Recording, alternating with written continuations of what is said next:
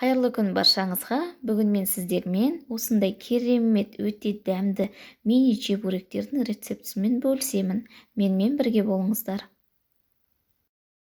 Чебуректің қамырын дайындау үшін 2 стақан ұнға 2 ас қасық картоп крахмалын және де 2 ас қасық сұйық майды салып, жылы тұзды суға қатты жұмсақ та емес, қатты да емес, орташалау қамыр илейміз. Дайын болған қамырымызды салафанға салып 15-20 минут көлемінде тындырып қоямыз.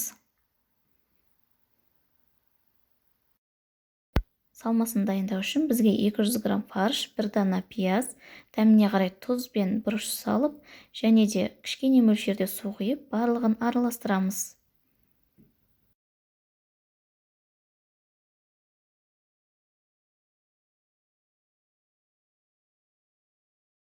Дайын болған қамырымызды ұн сеуіп отырып, оқтаумен жұқалап жаямыз.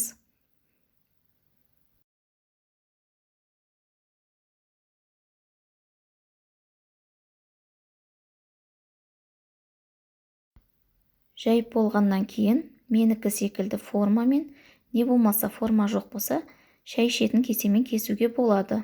Дәл осылай дөңгелектеп кесіп шығамыз. Содан кейін фаршты салып, вилканың көмегімен екі жақ шетін жауып шығамыз.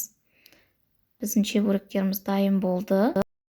Енді сол чебуректерімізді қызып тұрған майда қызарғанша тез-тез қуырып аламыз. Сіздермен бірге болған Айдана Қырықбаева. Назарларыңызға рахмет. Каналға жазылып, лайк басып, комментарий жазуды ұмытпаңыздар.